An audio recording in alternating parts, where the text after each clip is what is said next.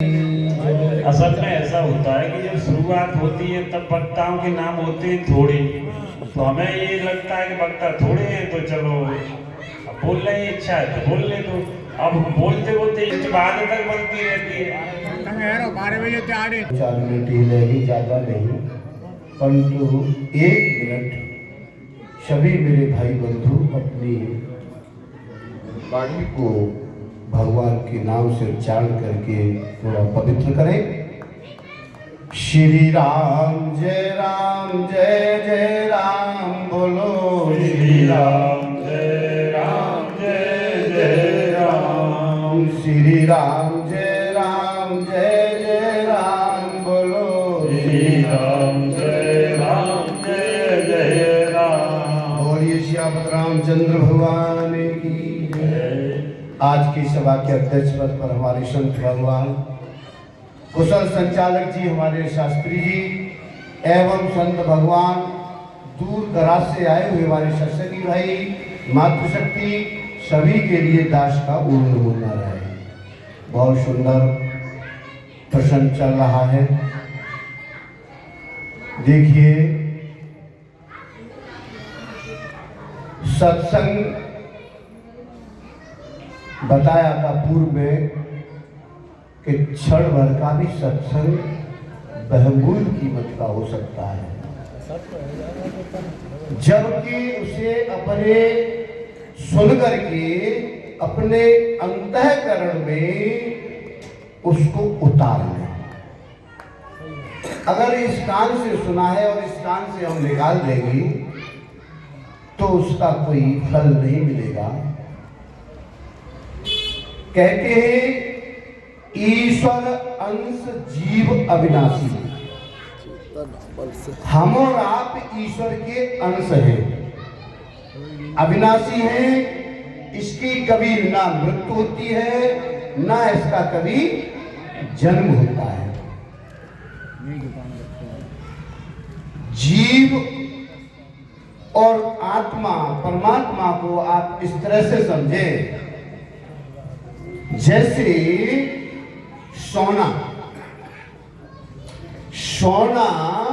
सोने से कई प्रकार के आभूषण बन सकते हैं, कई प्रकार के छोटे से लेके बड़े तक आभूषण बन सकते हैं। आपकी नजर आभूषण पे है, आपकी नजर आभूषण पे है, तब तक आप जीव हैं। और जिस वक्त आभूषण से नजर हट करके अगर सोने पे पहुंच जाएगी तो तुम आत्मा परमात्मा एक ही है। घड़ा मिट्टी का है। घड़ा किससे बना है? मिट्टी से। जब तक तुम्हारी घड़े पे नजर है तब तक मिट्टी तुम्हें दिखाई नहीं देगी, और जब तुम्हारी घड़ा से हटकर मिट्टी पर पहुंच जाएगी तो फिर घड़ा न रहेगा तो मिट्टी ही रहेगी। इसी प्रकार हम और आप सब परमात्मा के अंश हैं, ईश्वर के अंश है। ना कभी हमें मृत्यु होती है, ना हमारा कभी जन्म होता है। ये माया के अविद्या के कारण हम आप जन्मते और मरते हुए समझते हैं। हमें सत्संग में आकर के यही विचार करना है कि हम हैं कौन, हम किस लिए आए हैं। अभी कहा था कि साधन धाम मोक्ष कल द्वारा। ये तो तुम्हें साधन मिला है जिसके द्वारा तुम परमपिता परमात्मा को जान सके, पहचान सके, जबकि परमात्मा कहीं बाहर और कहीं दूसरी जगह नहीं है। जो भी तुम्हें दिखाई दे रहा है वो सब परमात्मा ही है।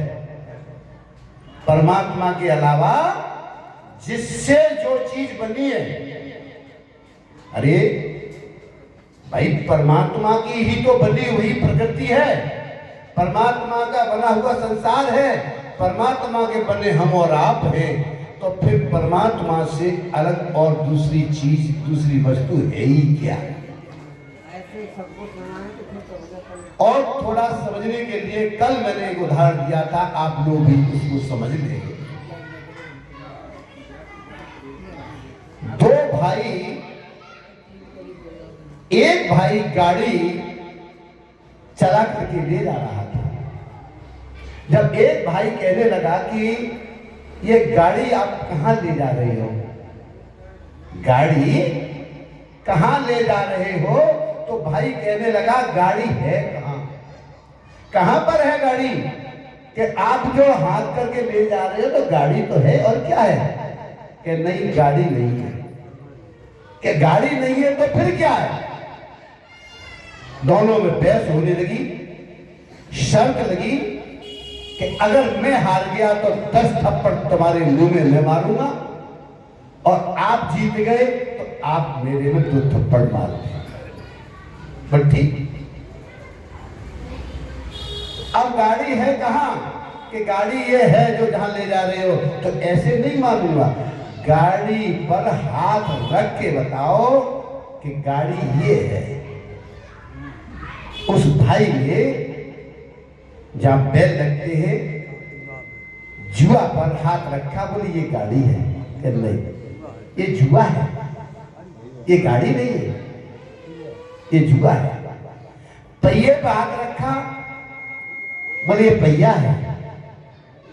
उसकी बांस बल्ली पे हाथ रखा, बोले ये बांस बल्ली है, गाड़ी है कहां।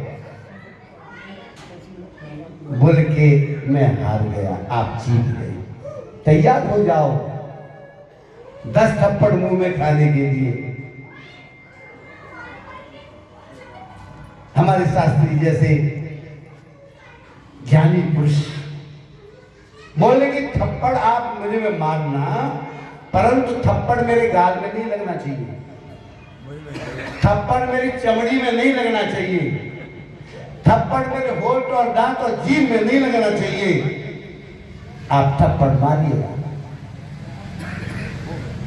भाई उसी के अलावा दूसरा कुछ है ही नहीं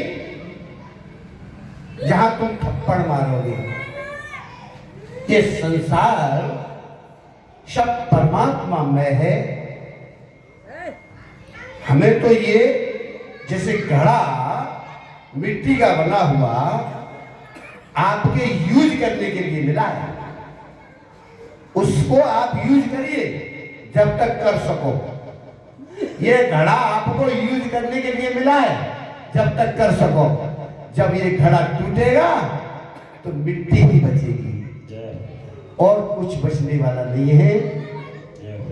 और मैं ज्यादा न कह के यही अपनी वाणी को विराम बशर्ते मेरा एक ही निवेदन है, आप संसार में रह करके जो कार्य आपको बताए हैं उनको करते जाए ईमानदारी से। उस परमपिता परमात्मा को एक क्षण के लिए भूले नहीं। बोल सियावर रामचंद्र की जय। ये हमारे आचार्य जी हैं, आप भी बाहर से आए हैं तो क्षमा चाहेंगे, ज्यादा समय